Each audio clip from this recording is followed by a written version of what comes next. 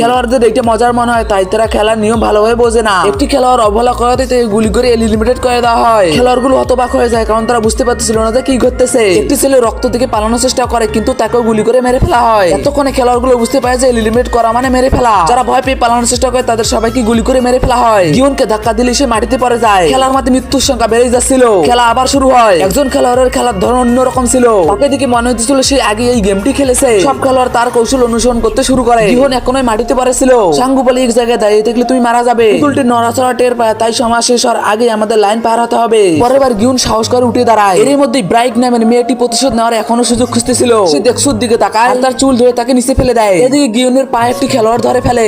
আসলে সে সাহায্য চাইতেছিল, কিন্তু গিয়নের তাকে সাহায্য করার মতো সময় ছিল না। গিয়ন অনিচ্ছাকৃত ভাবে তাকে ওখানে ফেলে চলে আসে। প্রায় সব খেলোয়াড় রেড লাইন পার হয়ে যায়, কিন্তু গিয়ন এখনো পিছনে পড়েছিল। সে তাড়াহুড়ো করে দৌড়াতে গিয়ে নিচে পড়ে যাইতেছিল, কিন্তু একটি খেলোয়াড় তার জীবন বাঁচিয়ে নেয়। বন্ধুরা, পরের পার্ট দেখার জন্য সাবস্ক্রাইব করতে ভুলবেন না।